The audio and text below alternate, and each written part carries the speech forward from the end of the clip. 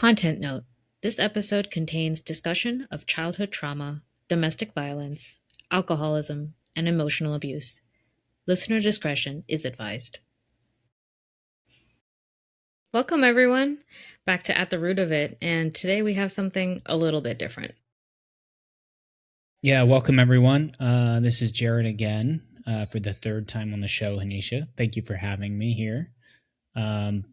But I'm going to do a little bit of the intro this time. So again, I'll say welcome to At the Root of It.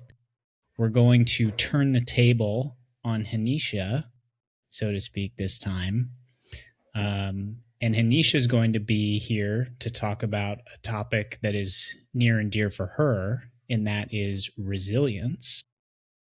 So to kick this off, Hanisha, I know that most of your audience probably has a good idea who you are and what you're about and some bits of your journey.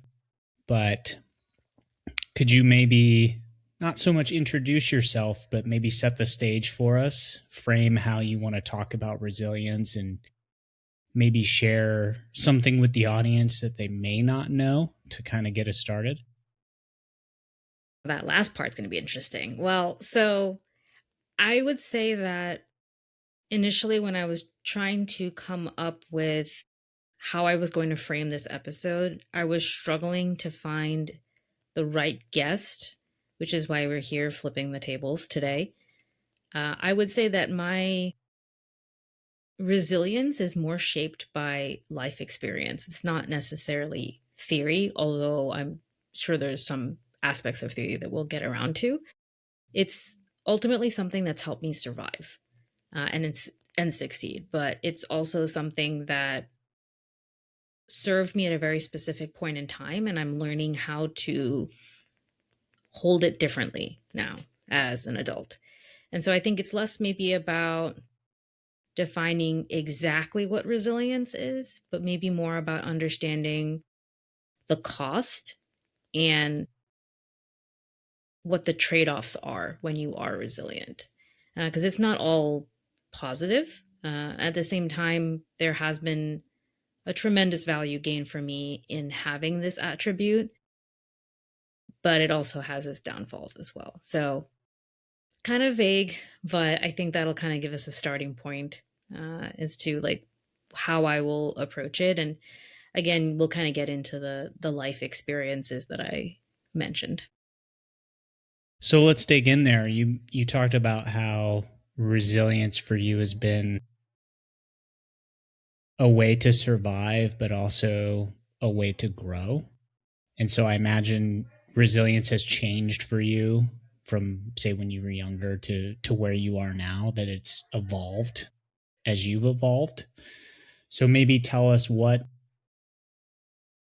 how was resilience modeled for you in your early life? And what did it mean to you then? And maybe we can start there and we can build to how things have changed. Yeah, I think not so sure about modeling per se, but I will say that resilience was an act of survival for me in my childhood. Whether you've been listening for the entire season, you know me personally, or you're going to learn about me in this episode, I have experienced a pretty traumatic upbringing as a child, what's commonly known to as like adverse childhood events. There's like a preliminary list of 10 things on this list, and if you score a certain number out of 10, you essentially have experienced a traumatic childhood. And I'm pretty sure last I checked it was like 8 out of 10, maybe sometimes 9 out of 10 depending on how much I can remember. So it's pretty up there.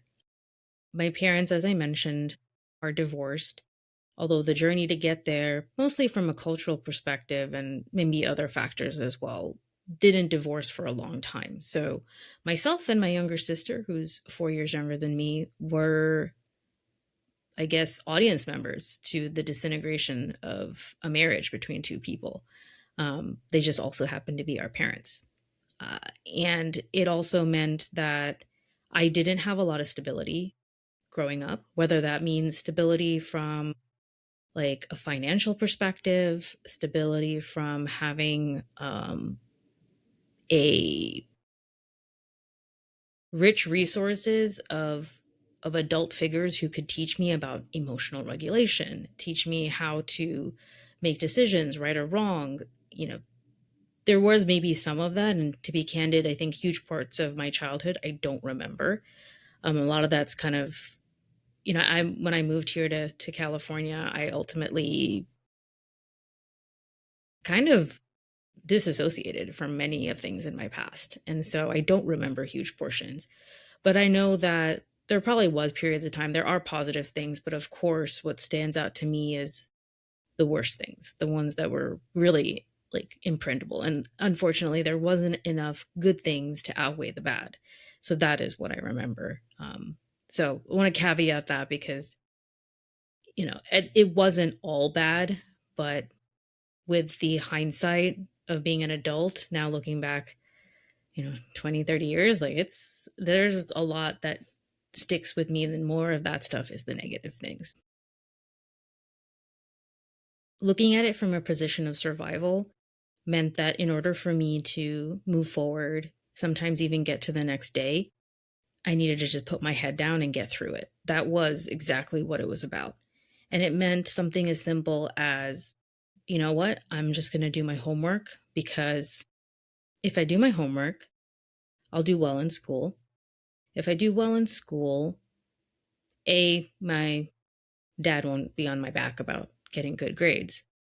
But also, I genuinely will move forward in life because I will hopefully be able to get to a place where I can leave home, take care of myself, and not be in this situation anymore.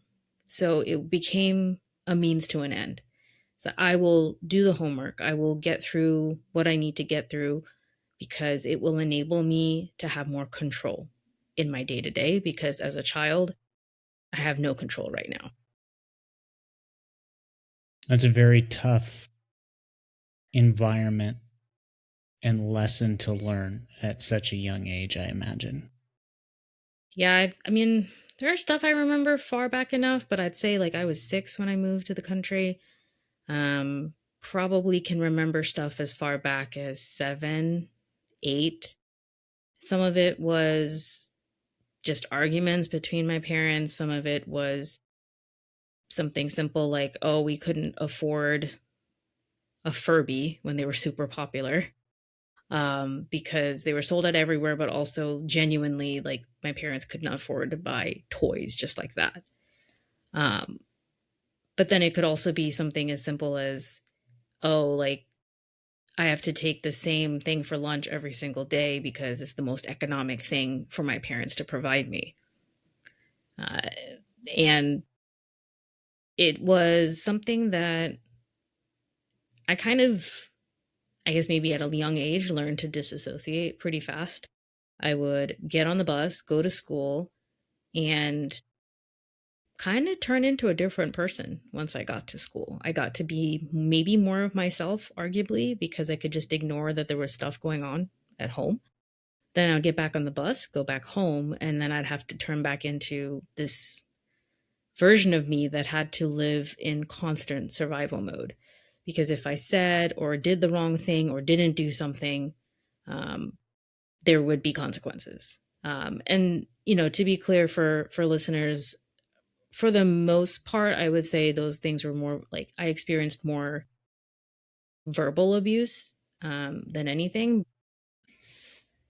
In reality, there was physical violence present in my home, alongside the mental and emotional abuse. One of the more physical memories I can recall is my parents being in an argument with each other, and my dad got so mad and so angry that he had thrown a small TV down the stairs. And I remember looking at the like black bruising it left on the wall, knowing that it maybe could have been any of us that were hurt by that. He would often break plates and other things, which even now when I hear glass breaking or plates shattering, I flinch a little. Doesn't matter if I've been prepared for that sound or not. It's just an instinctive thing that happens. I think the words used, specifically my father, were mostly used to control, shame, or destabilize us. And I think over time that really taught me to doubt myself. It taught me to monitor everything I say and to kind of walk on eggshells and avoid escalating things. And then there was also neglect, which is really not as obvious and it's not always intentional, but my emotional needs weren't really noticed or prioritized.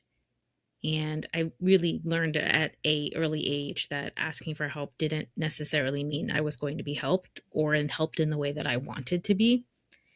Ultimately, a lot of the trauma I experienced kind of trained me and my nervous system to stay alert. Even now, I'm looking for danger, anticipating moods, trying to get ahead of what people may say based on what I'm interpreting. I most likely usually just got locked in the basement and like had to think about my choices a little bit. Uh, One time I ended up in the basement with my Boy. sister. Yeah. One time I ended up in the basement with my sister because uh, my dad had found out that one of us had eaten like all the after eight chocolates, these like little thin mint chocolates. And he was furious and he was like, "Who did it?" And I was like, "It was not me." But my sister did not want to confess to that. So we both got stuck in the basement. And I was like, "Why did you not like?" And I mean, obviously as a child, my priority is to watch out for myself, but I also had a lot of responsibility put on me to take care of my sister. That created its own complex intricacies. But in things like that, whereas like I got really good at figuring out how to get out of the basement actually, because there was a side door that would lead up to the ground and I at least go do something. And eventually I would come back into the basement and the door would be unlocked so I can come back into the house. But those would be the kinds of things that as a child, I think, and it's also challenging to fully explain it because I'm also doing it from hindsight that lacks full context and full memory. So all I really have is how it left me, how it made me feel, and maybe what I did Hmm. after. But I forget many of the instigating moments themselves. My dad was also an alcoholic, which had its own separate intricacies that played into their marital issues as well. But having that as another factor obviously made every moment kind of volatile when it came to like what version am I going to get with him. You know, he was very heavy on like studying math and everything, so I would kind of get drilled to do the times tables verbally. I mean, like stand in the office and be like, what's 3 times 4 and yada yada. And then if I got something wrong, I'd have to like start all over again and I'd have to be able to do it within a certain amount of time. And those, I mean, that's some of the memories. I'm sure there's better ones there, but unfortunately as an adult, those are the things I now remember. It's a very militant way to learn your times tables, to say the least. I want to touch on this word or this, what you're talking about, disassociating. You've used that a few times, but you mentioned that, you know, some of these things you remember, some of it can be a little hazy, but you mentioned how you feel. What, how do you remember feeling in those moments? Do you remember either how you felt, maybe what you were thinking, how your body felt at that time? I definitely, I think as a child, developed anxiety. And as an adult now, I know I have an anxiety disorder. And some of that does play in. It's pretty common for children who have experienced something like this to experience having later on having mental health conditions like depression and PTSD and anxiety. Um, Congrats, I get all three. Um, but I think back then I would get a lot of stomach aches. Mm. I would just get very anxious and it's almost like it all just sat in my stomach and I would like get so anxious I would throw up sometimes. And I think a lot of if I'm thinking about what I was feeling, I generally think that a lot of it was just like, why is this happening? Why am I going through this? And what can I do? And ultimately that was a form of resilience that helped me survive, and it helped me function, achieve, and move on in life. But it also honestly wired me to believe that being okay meant handling everything on my own. I don't know how, because obviously nobody modeled it for me, but I knew somehow that the only way through it was to just get out. Like that was the only option. I'd often go for walks at night and just listen to some music and stare at the stars. Heavily contemplated running away more than a couple of times. But I mean, at that age, my options were slim. I knew I wasn't going to get far if I ran away. So really, I didn't have any option but to go back home and continue surviving it. And so I was like, okay, well, what am I going to do? Just sit here and cry? Or do I find a way forward, whether it's studying or something like that? Back then, I used to write a lot of poetry, very emo poetry. I'm sure I can dig it up. That's a problem. Back then, everything's on hard drives that it's a little bit harder to access right now. But I did used to write a lot. That was one of the ways I used to handle and channel it. I used to listen to a lot of music. And I think recently was driving to school and happened to hear a song that was very important to me at that time. And I didn't even realize it until it was happening that I started getting like really anxious and I was like starting to feel kind of sick. And I remember like changing the song, but the feeling sat with me for the rest of the night. Only to realize afterwards where I was like, oh, I had that song on and it was reminding me of the past. There are some songs I still can't listen to because it's such a heavily associated song with something in the past that if I listen to it, it's kind of like I fall back into the past. Hmm. That's interesting you say that. I have old friend from college who used to say that about music in a similar frame. There were certain songs or albums he wouldn't listen to, and he didn't associate it so much with, I would say, past trauma, or at least he didn't share that that was what it was. But just remember him saying, there's certain things I won't listen to, and it was like an energy thing for him. It's like if I listen to this, it invites certain feelings or emotions that like I'm not comfortable with, and so I just won't do it. And that was kind of the most he would say. Um, that reminds me of that story. It Music has an incredible connection to memory, and people remember what their parents' food used to taste like, and when they eat it again, it reminds them of their childhood. The music, I think, is the same way. At least it always has been to me. It's like I will always remember when I started my school program, I was listening to Claire Obscure's Expedition 33 soundtrack because my fiance was playing the game. And so now all I do is listen to that soundtrack if I need to like get stuff done and I'm like doing my homework. It's like that's now a heavily associated song to being productive and doing my homework. That's great. Let's let's return to this idea of disassociating. I'm going to assume that when you were younger in the moment, you weren't necessarily at that time thinking of this as being resilient, or oh, I'm finding ways to escape or numb. But in hindsight, and perhaps maybe now with like the experience and the knowledge you have, how do you tell the difference between real true resilience, being resilient in the face of something or in a situation, and knowing when you're numbing pain, or you are just avoiding or disassociating a situation? Because I think there is a distinction there that you're sort of highlighting or hinting at.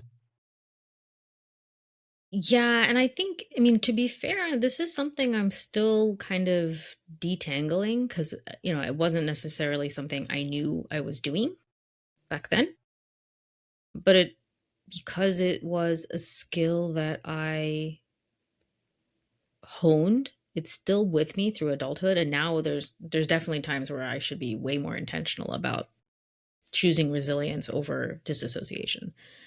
And I think when you're disassociating, I do think you're shutting down emotions. Like you're shutting down everything you're feeling because it's very much from a place of survival. I can't really think of anybody who disassociates intentionally without like needing something's been overstimulated. Something is overwhelming to you and you need a moment. um and I think that's probably was more of what I was kind of going through, although the the method I may have used was disassociating, but the skill set that I was ultimately learning was resilience. Mm. So I think there is a slight difference there. I think now with resilience, I kind of look at it as more very intentional. I know that this is something that's very challenging, but I kind of approach it more from an affirmation space, really. But I'm capable and I know what to do and I'm going to get through it. I don't really think I used those words when I was a kid. It was more, hey, you're going to get through this because you have to. And when you get out of here, you'll be able to take care of yourself. Like it was more like the mantra was survival versus the mantra is like confidence that you have the skills to proceed and that you will be successful in what you do. Um, and so I think disassociating, for me at least, was very heavily associated with kind of shutting down emotions and even processing emotions, because that's actually something I had to learn in therapy when I started 4 years ago. Is I actually didn't know how to process my emotions. I would essentially feel something, immediately box it, compartmentalize it, and put it away. I wouldn't actually experience that emotion, understand how it makes me feel, why it makes me feel that way. And it can still go in a box somewhere, but it's got to go through that process first. Because I think at the end of the day, when it gets to the box, that's you becoming high functioning and pushing through what you're going through in order to continue being a functioning human. But going through the process of understanding your emotions, understanding what triggers you, why did this upset you, and then being able to learn something from it. I don't really think that's part of disassociation. I think that that's something that I'm able to do now with utilizing my resilience more from a space of perseverance than disassociation. Tell me a little more about that. The I'll call it emotional resilience, like going from having an emotion and immediately maybe not discarding it, but filing it away. It's like, I'll come back to that later. Maybe, maybe I'll ignore it. To no, if I feel something, I'm going to fully lean in and sit in this for a second and try to understand it before I let it pass or file it for later, whatever you choose to do with it. What is? Tell me about learning about that and kind of take me through that process. Yeah, I mean, first to start, like I would have to say I actually had to start with what's commonly known as like a feelings wheel. So if you Google that, you get a circle of all of human emotions, a simplified version. Um, sad is not just sad. Sad could be worried. Sad could be depressed. So, like, what's sad to you? Like, you could say you're sad, but what does sad really mean? And I had to go through the process of first understanding that there's like the first thing I say is probably more the like iceberg above, but what's underneath? What's really at the core of sadness? Like what's making me sad? It's like, oh, I'm sad because I haven't got to see my mom a lot lately.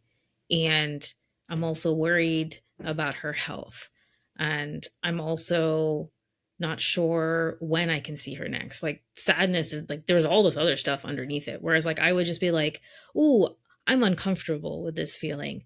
Great. Let me just put that in a box and then move on. Oh, I have a meeting now? Okay.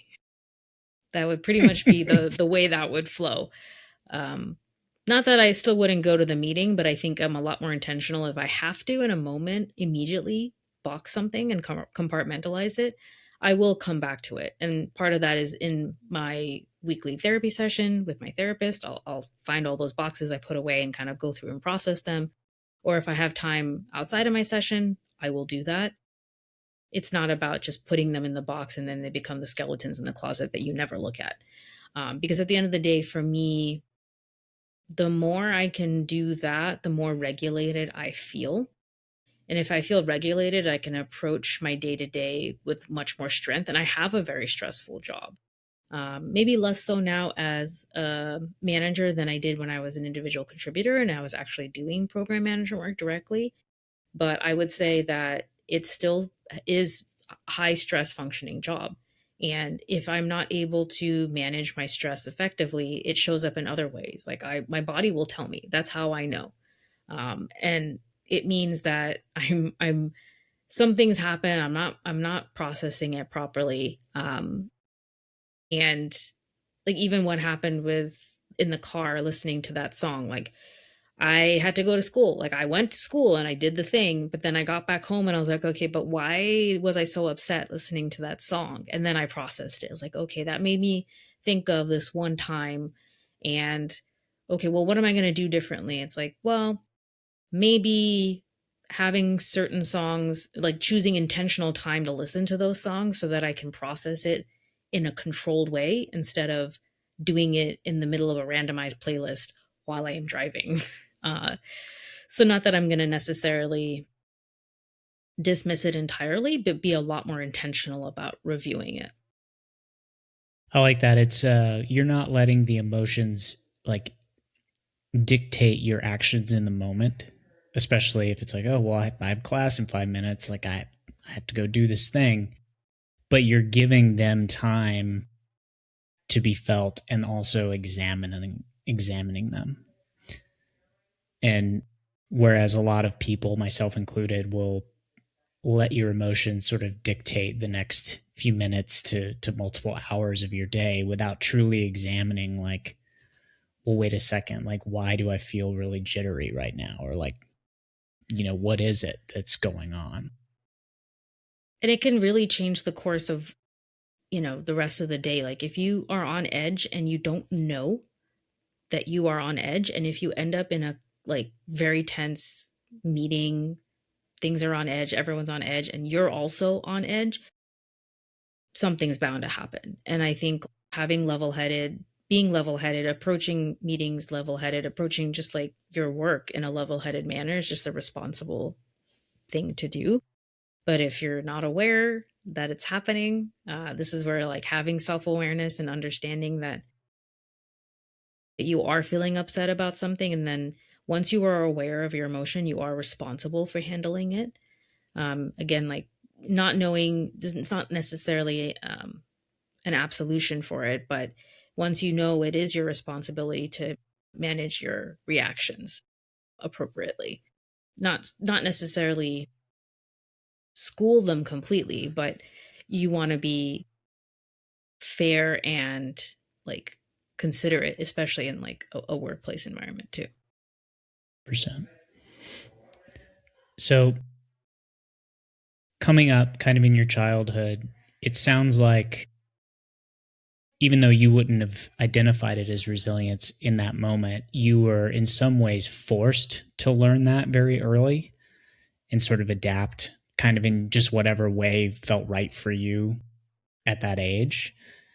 Obviously, as you grew older, I know you went off to school. I know at some point you eventually moved all the way across to the other coast of the US. And so there, you have less pressure, let's say external pressure, to be resilient. But I imagine that a lot of that didn't leave you. So, how did resilience change for you as you got older? And then you kind of went out on your own, your agency started to increase. What did you learn about being resilient as you had more choice? I think whether it's a product of my childhood or a product of my whole all of my life experiences, it always kind of felt like I had to be on guard. It always felt like I had to be prepared. And it also felt like I had to also, whether or not I felt prepared, I had to present as being prepared and having it all together.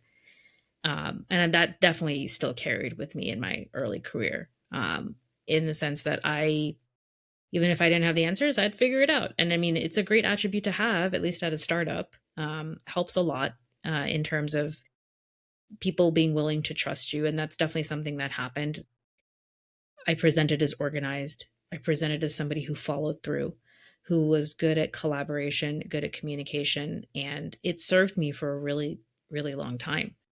I think what I realized, maybe by being in a high functioning job like program management, was that I still had a lot of anxiety, even though, I had achieved what I had always wanted to as a child, which is I had got out. I am able to be financially stable on my own. I'm not reliant on anybody. Those were the things that were like part of um, long term goals for me for a really, really long time. Thing is, with goals, once you arrive at them, if you don't know who you are outside of those goals, suddenly you're forced to confront that. What does it mean once you get to your goals, and do you make new ones and just keep going? And frankly, I think I just made new ones and kept going. But then about 4 years ago, I was like, hey, I'm still experiencing like a lot of anxiety, and like it is starting to affect me. And maybe I should just talk to somebody and figure it out. And the precedent for that was probably back in grad school the first time.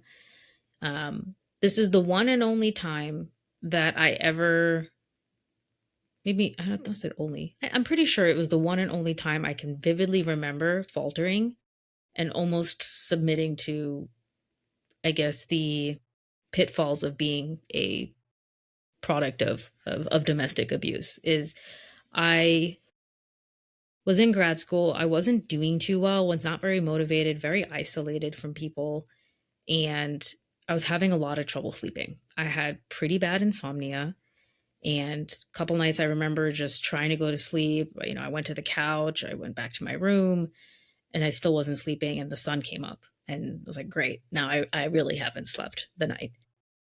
I got so desperate that one night I poured out some vodka and I took a shot. And the moment I finished the shot, I was like, oh, no, that's not right. Um, and I had never been to see anybody at any point, and I was what, 20,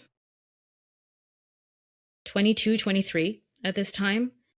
And I was like, oh gosh. And I went to the university's mental health clinic, and for the very first time in my life sat down with somebody. And within the first session, I was like a mess. And I had, by the end of that session, decided I was going to drop out of school, which I guess maybe still in my perfectionist way, dropping out was finishing with a master's instead of a PhD. It only took one more year instead of 5 more years. So that was the one and only time. And ever since that happened, I never did it again. And it's not entirely the reason why I don't go near alcohol as much, but it's definitely one of the reasons that makes me more hesitant. Those who are children of alcoholics do have a higher likelihood of becoming alcoholics. And Mm-hmm. so it was on the back of my mind, but I'm incredibly proud of the fact that I recognized it the moment it happened, and I was like, what are you doing? And decided not to do that. And so when it came around time and I was going through this 4 years ago with kind of feeling all this anxiety, I was like, you know what? Let me, it's the middle of COVID and everyone's at home, and let me just talk to somebody. And that's how it started. And I went in for what I thought was anxiety, and I'm still going, but have now added a bunch of other acronyms to my diagnoses. And that's, every time you peel off more layers, you kind of have to go through a bit of a grieving process because you're finding out more things that happened to you that you weren't aware of, that whether it's from a place of ignorance or you didn't have words for it, and you're like, oh, okay. And then processing how that makes you feel, processing how that then made me feel about my parents, how it affected my relationship with my mom specifically. And it's nothing easy to overcome. But like many things that happened to me in my childhood, the only way like to get past it was through it. Hmm.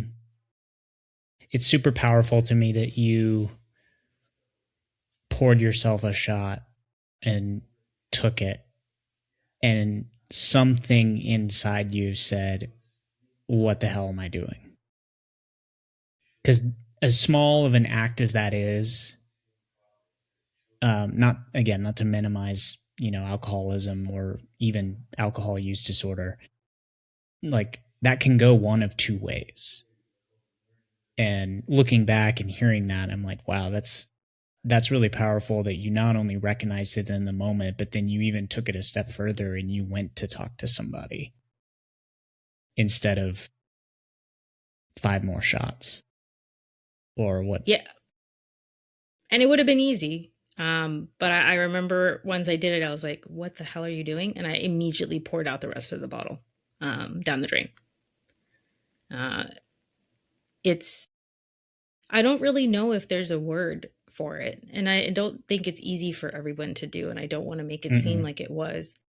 But there was just something, and this is what I think is like the intangible, indescribable aspect of resilience, where was somehow knowing in that moment that this did not serve my long-term goals. Like this was not the direction. This was not going to be the thing that helped me. And if anything, it was going to send me backwards or sideways into a route that I did not want to go down. To me, resilience a lot of times and in our culture today can be associated with toughness. You can see it kind of synonymous with toughness, with grit. You talked about setting goals and kind of like a resilient person is someone we see as like you set a goal, you achieve it, maybe you blow it out of the water, and then you immediately go to the next thing. And you say, well, at the end of that, you go, well, who am I without something to achieve, right? You're a hard charger, nose to the grindstone kind of person. But resilience doesn't always have to be like that. I think there's something I've heard you talk about that's like soft resilience or resilience, maybe not always having to be some form of resistance. Can you maybe share your opinion on that or talk about what like soft resilience might look like? Yeah, I think knowing that most of my responses were based in like survival or defense mode, I think when resolve to use more like softness with my resilience, I think it tries to come across more as empathy and seeking understanding. I'm trying to, instead of hearing critical feedback and bracing or something, it just like just responding candidly and honestly, but not from a combative nature, but just from a trying to understand, like, oh, okay, could you explain that a little bit more? And I think what I think of more as resilience now is ability to like navigate your emotions, navigate the way you feel, navigate your own emotional intelligence. And I think that's actually what makes you a resilient person.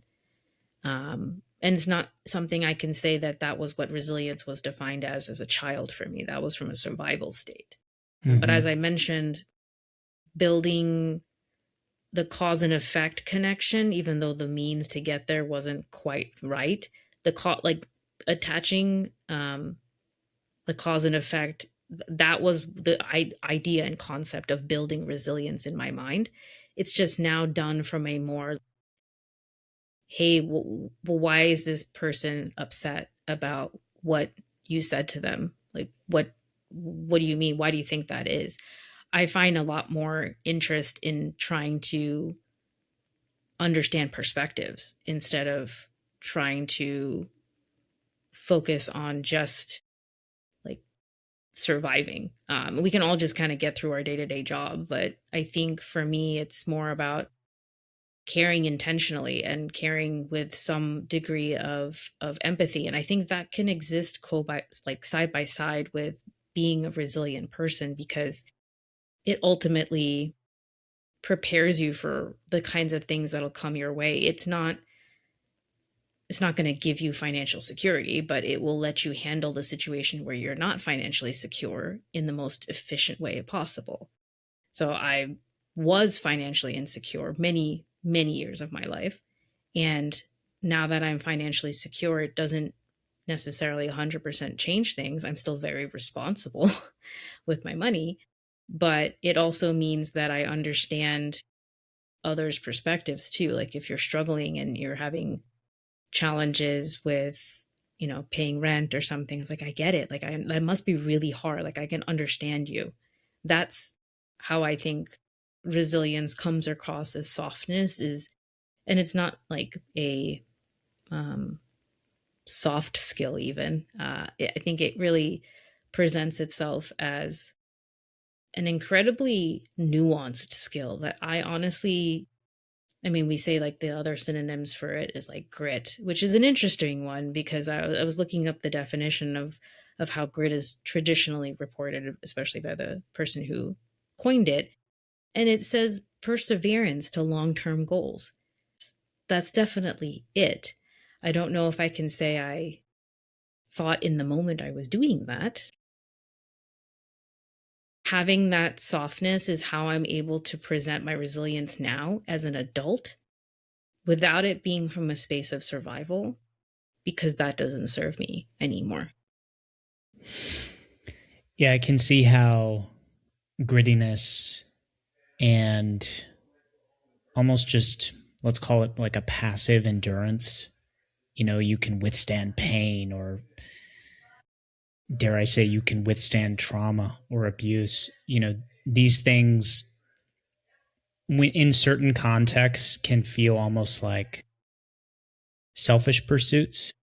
And I don't necessarily mean that in a derogatory way. But what you're talking about with, having empathy, being able to show that to others, you can sort of channel your resilience for the benefit of other people. And not only sit there with them and feel what they're feeling, and you have some of their past experiences to relate, but then because of your resilience, all that you've been through, all that you've learned, somehow, some way, I think you're right that you can't really define this. You can almost impart some strength and belief into that person when they need it. Yeah. And I think that's why I really enjoy the work I do, mentoring and coaching others and leading others, because it's a chance to influence that aspect of their personality, of their lives, which yield arguably higher dividends even beyond the workplace. How do you think your journey and your story shows up now in how you lead other people? I think talking about my childhood now, so far removed from it, part of it has been challenging, admittedly, because of the memory gaps, but then part of it has also been challenging because I genuinely got a chance to build relationships without people knowing that part of me. And I could ignore maybe that it happened, and establish friendships, and they don't have to be like, oh, that's so sad. And like, I'm sorry that happened to you. It's like, I'm not really looking for that. And, it varies for every person. But I think what it gives me an ability to do is be present and open minded, because I truly know from firsthand experience that you never know what somebody else is going through. And so you can try putting them in boxes, you can try putting labels on them, and I'm still guilty of doing these things. But hopefully when my better side is winning out, I'm remembering that, okay, yeah, I could make this assumption, but I truly don't know what they're going through. And many people I've talked to after what happened to me had no idea what I was going to, because as I mentioned, I would go to school and be a different person. So none of them had any idea what was happening at home. But that was the point. You weren't supposed to know. But that how many people out there are maybe also doing the same thing? How many people are experiencing something and you have no idea? And so I think what it means is benefit of the doubt, but also I think if you understand somebody and understand more about them, maybe when the within the workplace you have to be careful about like some level of boundaries, but understanding more about them will ultimately help you guide them and lead them more successfully. And that's kind of my approach now to leadership. And my philosophy is I want to understand your motivations. What do you value? Because it changes the types of projects I give, the type of challenges I put in front of you. Maybe I'll be more transparent. Maybe I'll be less transparent because you're very self reliant and I don't need to tell you that this leads to this.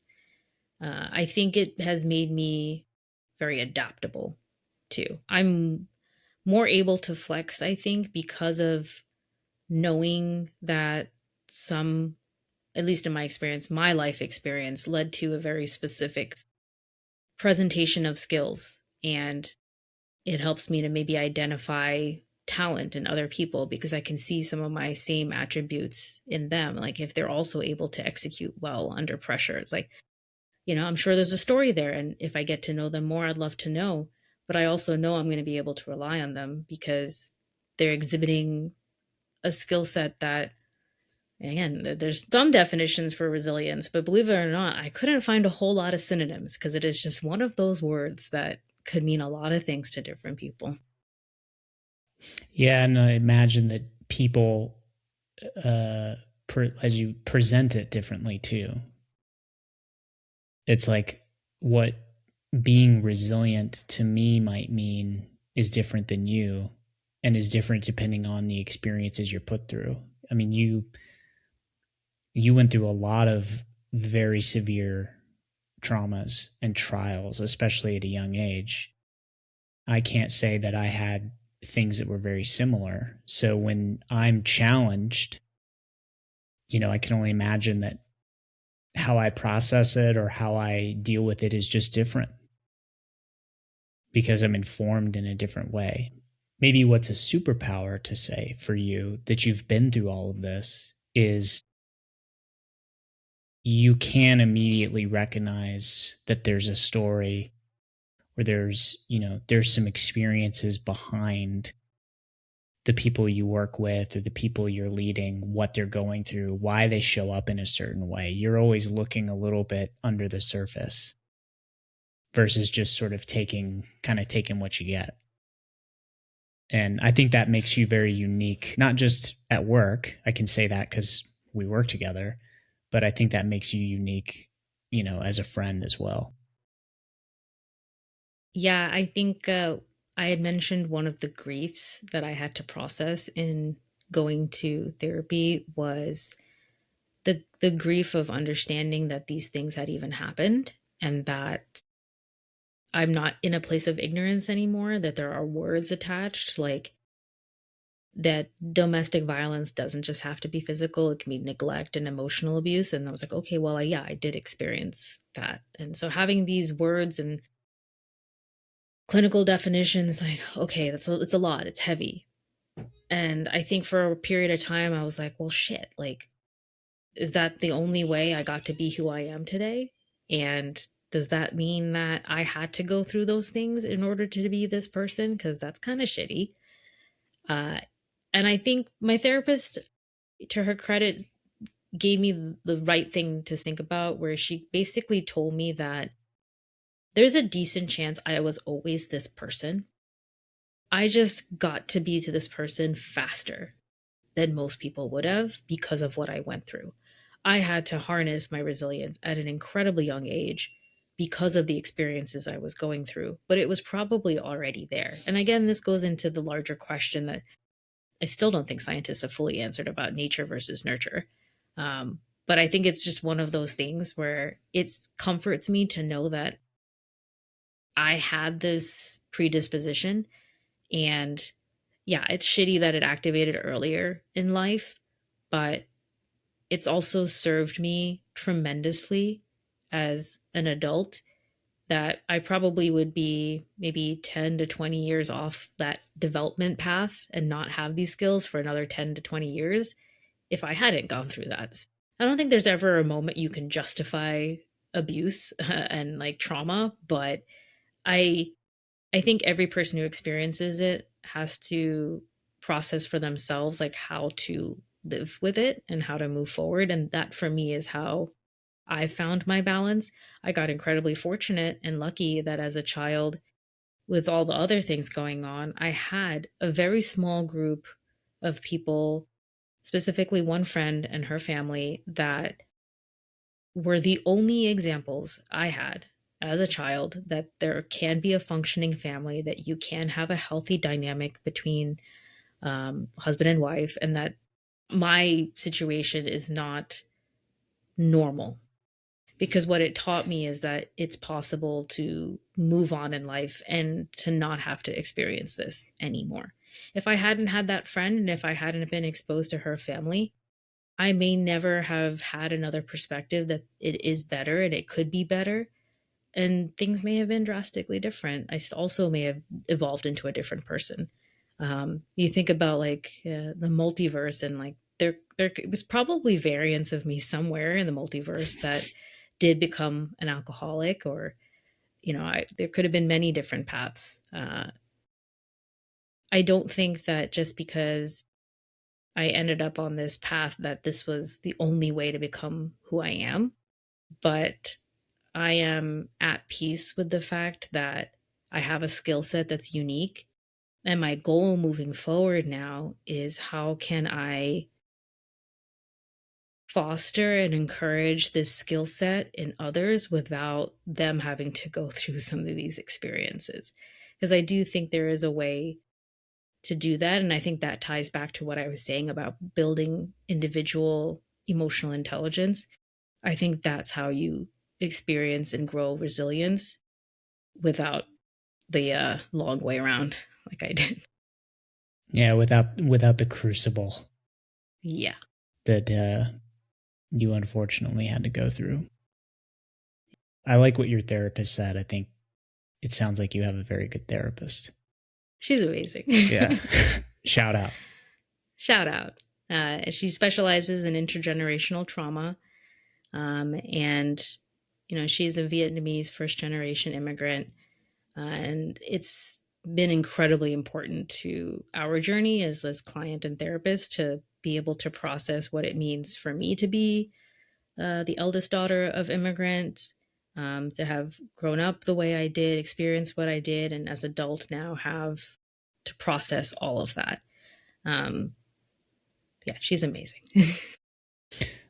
That makes me think of something that I can't say, I can't relate to. So I'm curious, does your background as an immigrant, do you think does that affect, um, or is there a uniqueness to resilience or to your resilience because of that experience as well?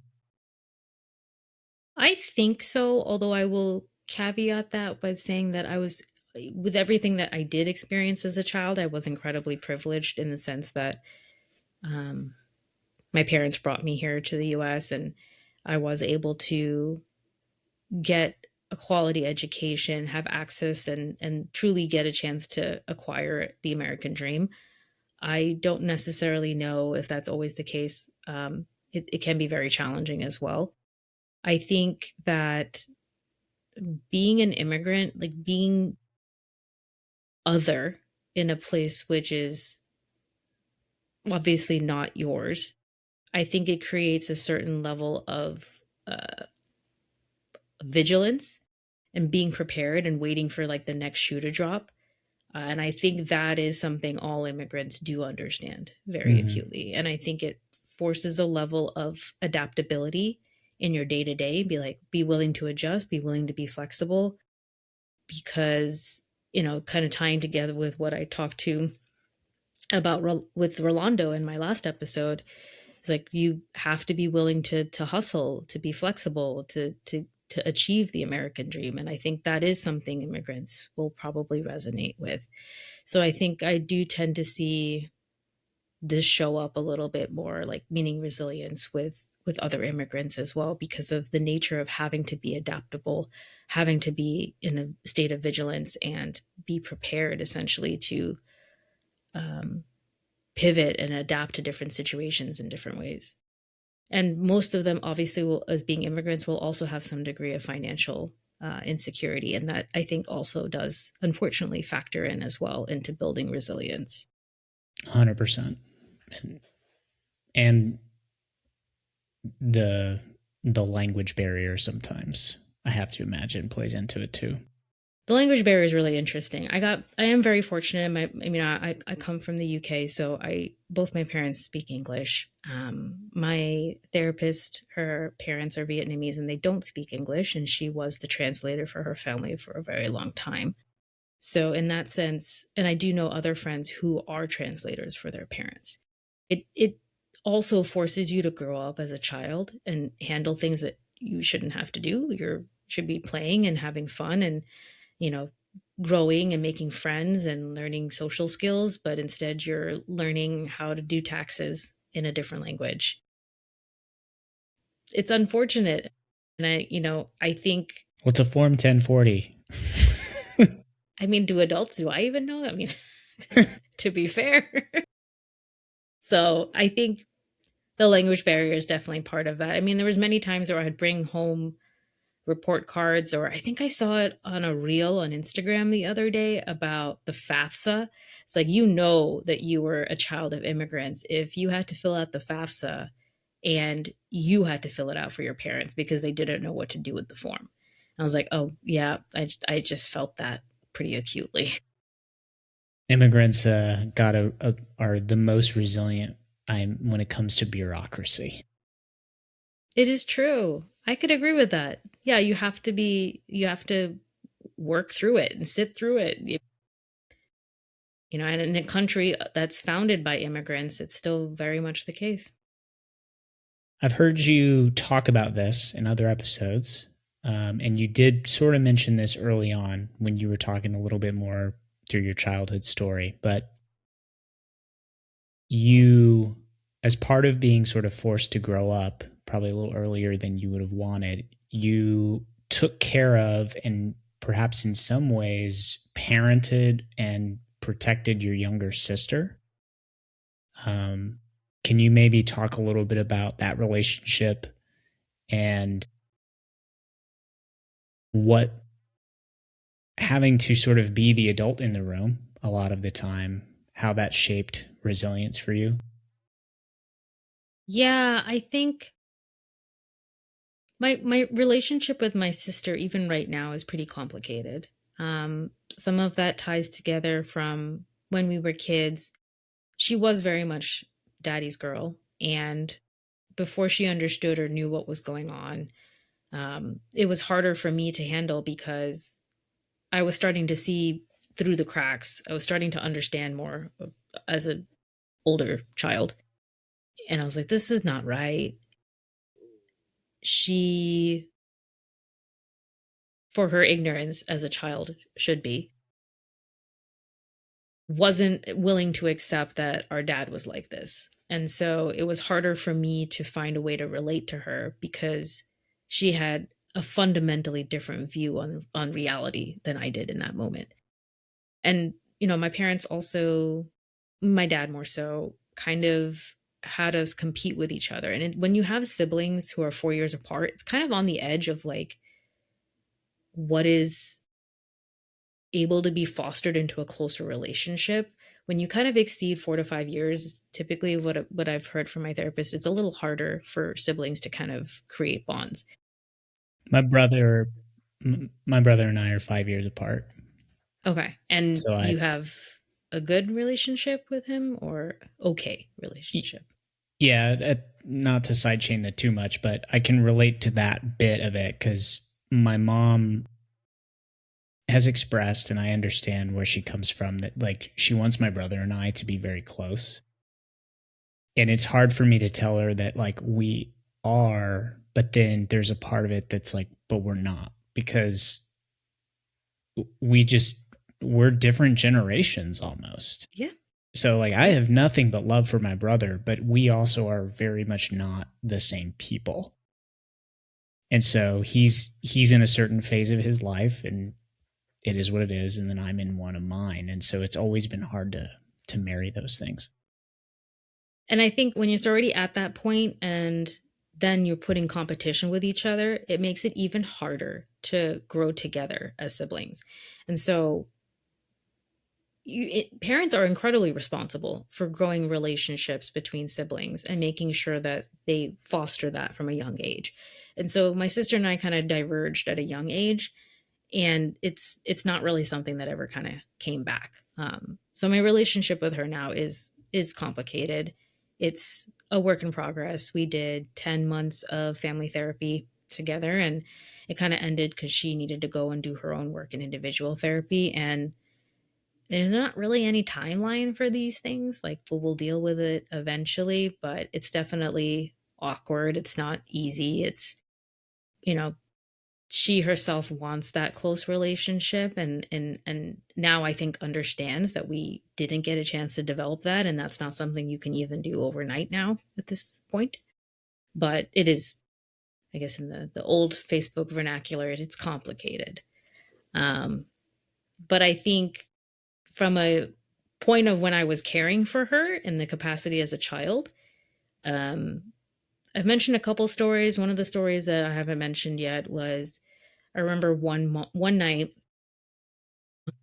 where I don't remember how it happened, but I know the cops came up to the house. I think my mom might have called them on my dad. Don't fully remember. All I remember is being in a walk-in closet, my walk-in closet with my sister, just hiding, because we didn't. It was nighttime, so you could see the lights flashing in the window. Didn't know what was going on. She was confused. I was confused, but I had the responsibility in that moment to manage my own emotions, which was immediately compartmentalize and just take care of her. Um, but I mean, I still remember in moments having to make sure that she could retain some level of ignorance. But at the same time, I was incredibly frustrated that she could be ignorant because I wasn't allowed to be ignorant. So it created a very complicated dynamic and relationship. And I mean, there's more fallout from my parents' divorce than just their marriage. Like, it was a lot of things. It was my own relationship with my dad. It's my relationship with my sister. There's a lot of parties that were impacted by it at the end of the day. But having to take care of her like that also forced me to be the one who had things under control, was willing to, again, appear like I had control, even though I had zero control, uh, to make sure that she felt safe, and that she wasn't worried. Because I think at the time, at least when in that particular situation, the cops were downstairs interviewing my mom and dad, and like we were on our own. There was like, nothing we could do.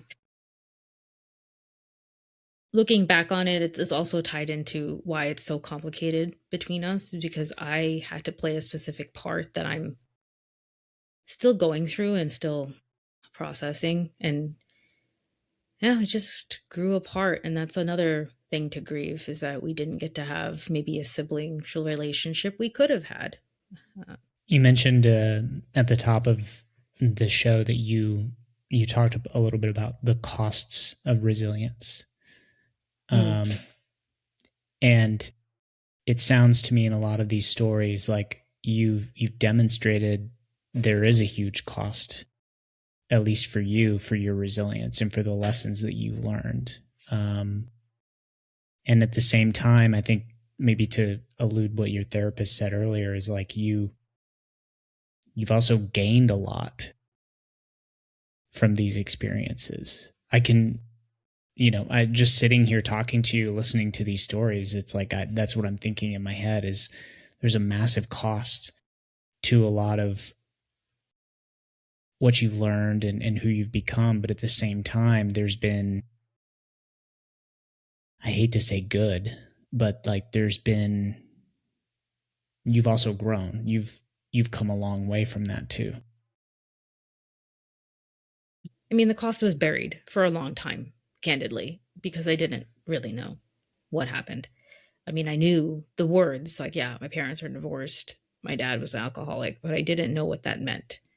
Um, so I think the cost is being paid out slowly. It still Mm, feels like. And the cost is being paid out intentionally.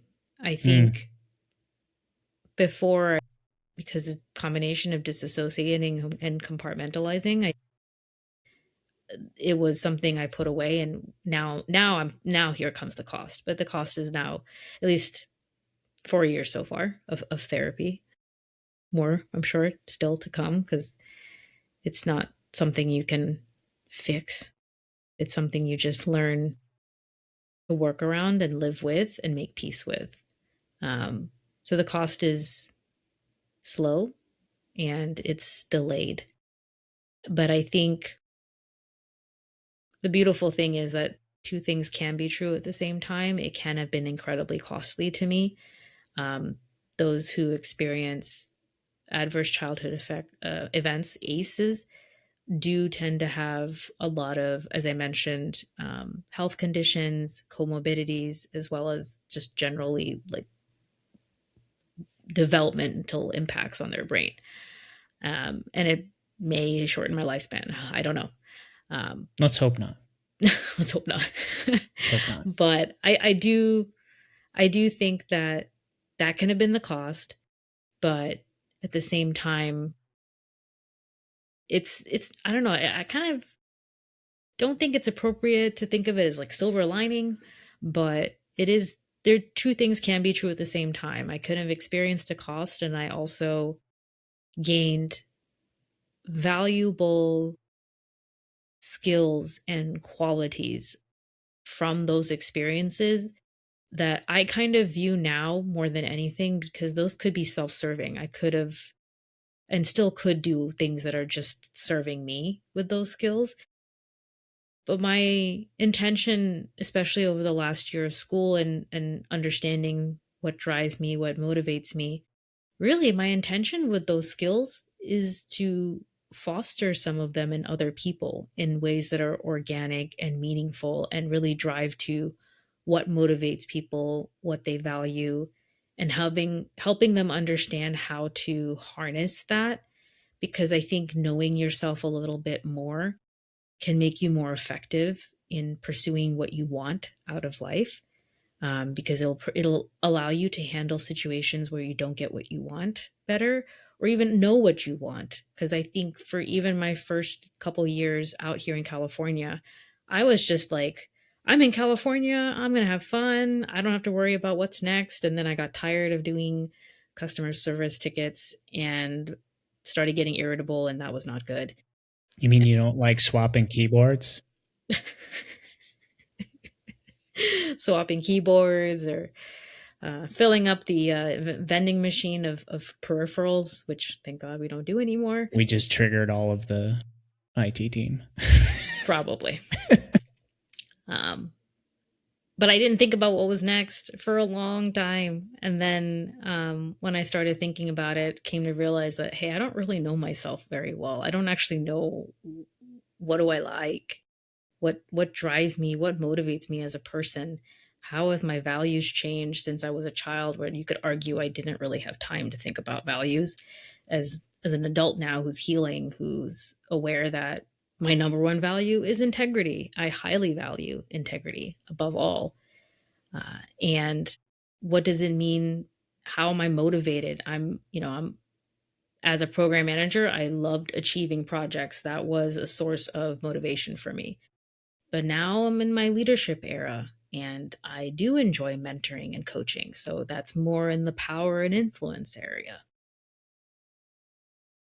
Did it take a good amount of resilience, or do you feel like it tested your resilience to go to therapy this second time and start peeling back the layers of the onion?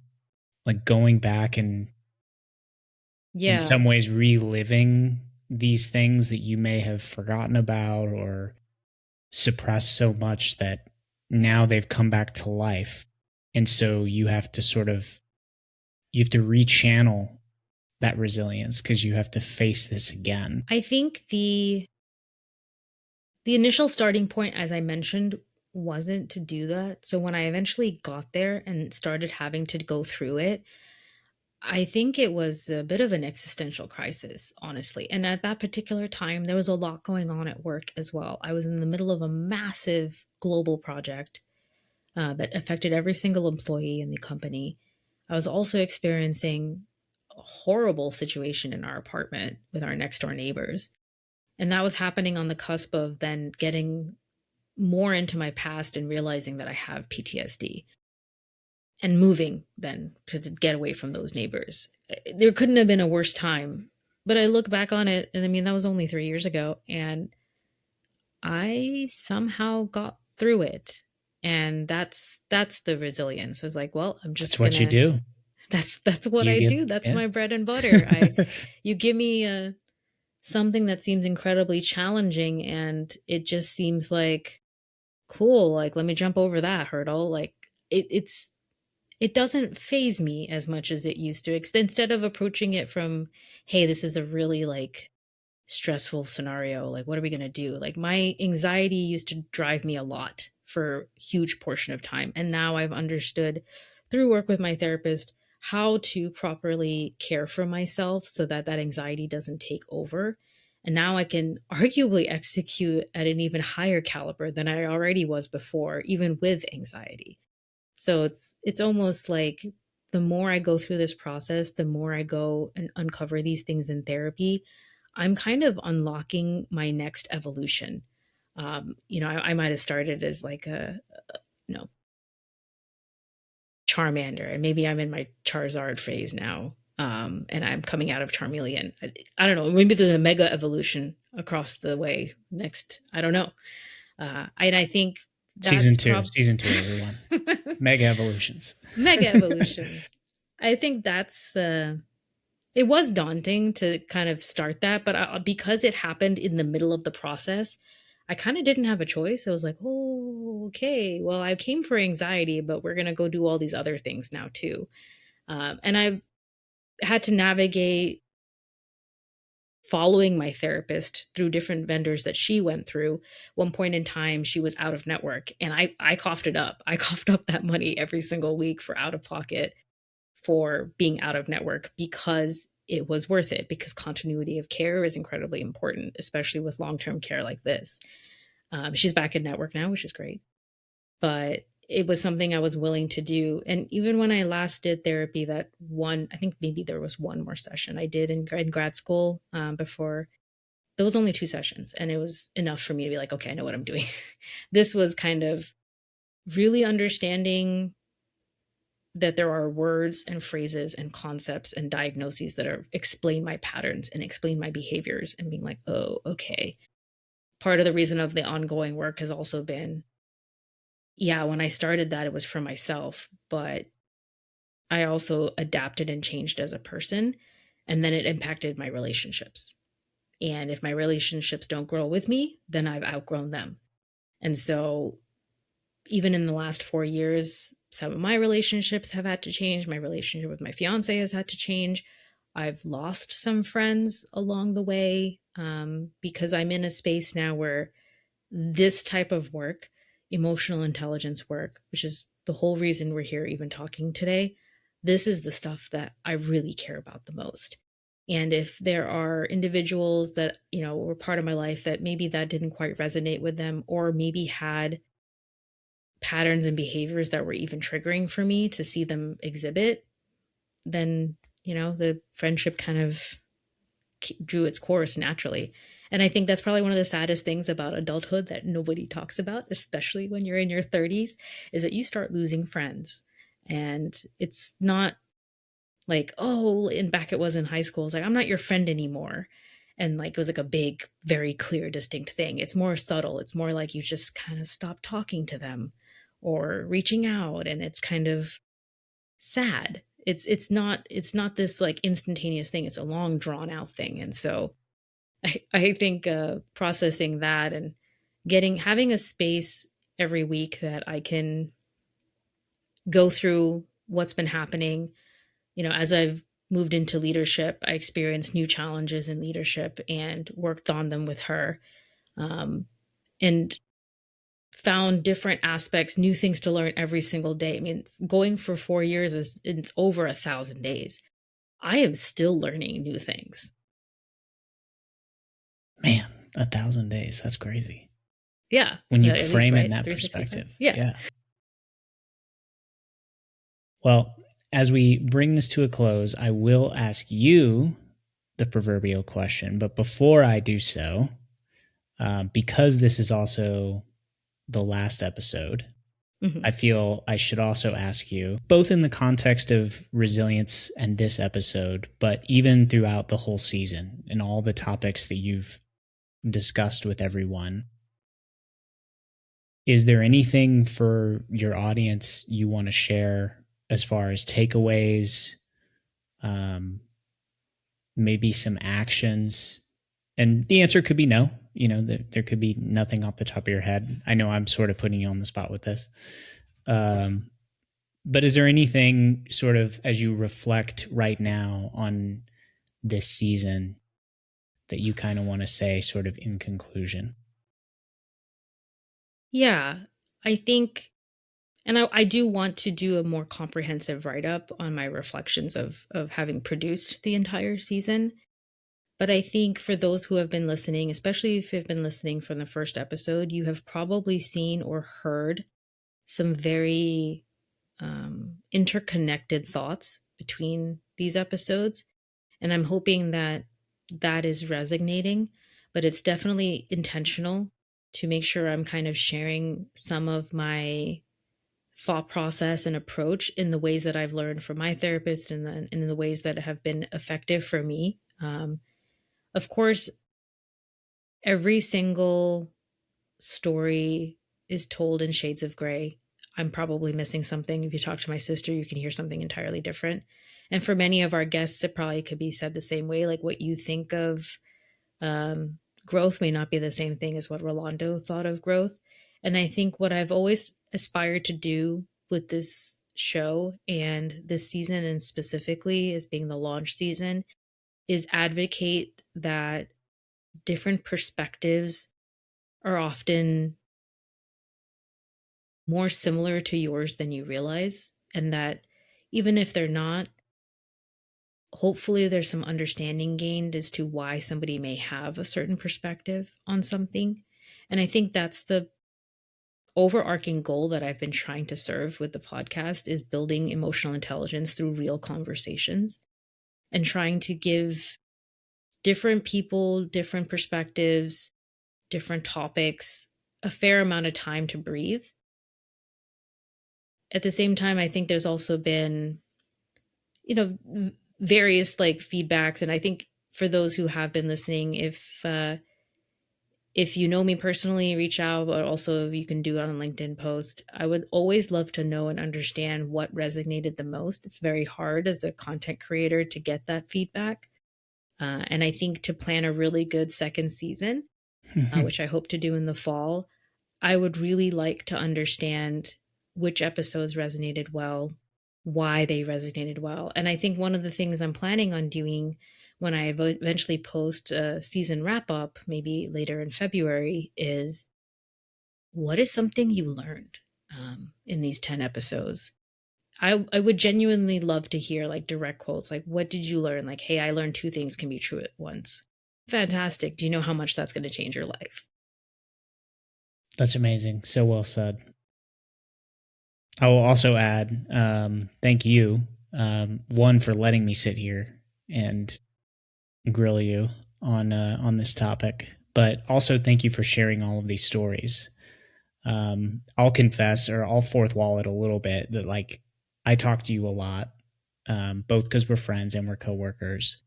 So I've known about some of these things, or I've kind of you've alluded to some of the things that you've gone through, but I will also say I've never really heard as much detail as you were willing to share today. And so not only for myself, but I think I speak for everyone. Like, thank you for being comfortable to share those. And I appreciate you being willing to flip the tables with me and sit in the host chair, so to speak, and help guide me through this. There's very few people I would be able to go through that with in a comfortable way, and it's daunting, kind of revisiting some of these things. So I appreciate you being willing to go on that journey with me. Of course. Well, with that said, Hanisha, what is at the root of resilience? I did think about this one a lot because I'm trying to honor the proverbial rules I've set for this question. Is like it should be one word. It's like, okay, if it's one word, at the root of resilience is perseverance. And I say that from the perspective of it's different than persistence. Perseverance is more positive association, but also more intentional. Whether it was from a survival space as a child, was intentionally choosing to persevere to get to tomorrow. As an adult, it's perseverance that there can be a world where people have developed higher emotional intelligence, which will have ripple effects in positively impacting the world. I suppose since you throw it back at your guests, Now I'll give an you got to answer. say it. On the spot, I'll also keep it to one word. I think I would say the root of resilience is belief. If we think that resilience is in some ways synonymous with perseverance, endurance,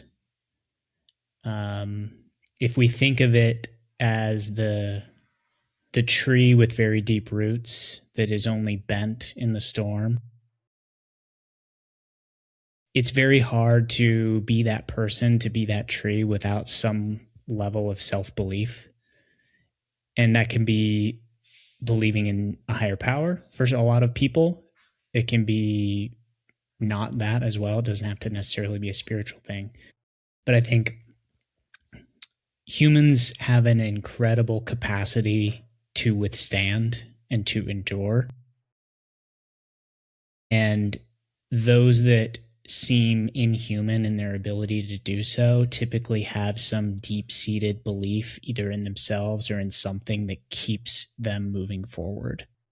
You know, you poured out the bottle of vodka and put the shot glass down, and you probably weren't thinking about it this way in the moment, but because you believe something about yourself, you believe something to be true, and in that moment you were like, yeah, this isn't jiving with that, and I got to put it away.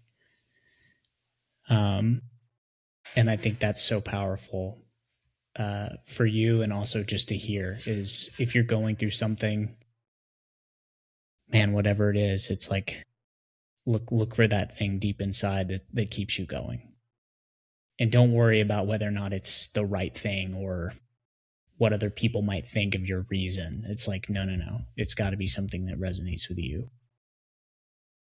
Absolutely. Maybe perhaps best put by a old wizard. All we have to decide is what to do with the time that is given to us. You already used that line in episode I 3. know. I know. Can't blame me for trying. Boy. What's the because I haven't thought about it. What is the speech that Sam gives at the end of Two Towers? About this. How can the world go back to good after so much bad has happened? And then there's something more to it. And then he's like, folks in those stories had many chances of turning back, but they didn't. They kept going because they were holding on to something. And Frodo asks, what were they holding on to? It's like, because there's some good in this world, Mr. Frodo, and it's worth fighting for. Done. I'm glad you're talking to two Lord of the Rings nerds here. Yeah. Well, I think that's it, Hanisha. I think Awesome. this puts a close to season one. Thank you again for letting me do this with you. Thank you. And thank you so much to our listeners and viewers for coming on this wild journey with me. And uh, please let me know what you learned, what worked, and maybe what you want to hear about in season two. And hopefully that's coming to you later in the year. Awesome. Thanks so much, Jared. You're welcome. Thank you.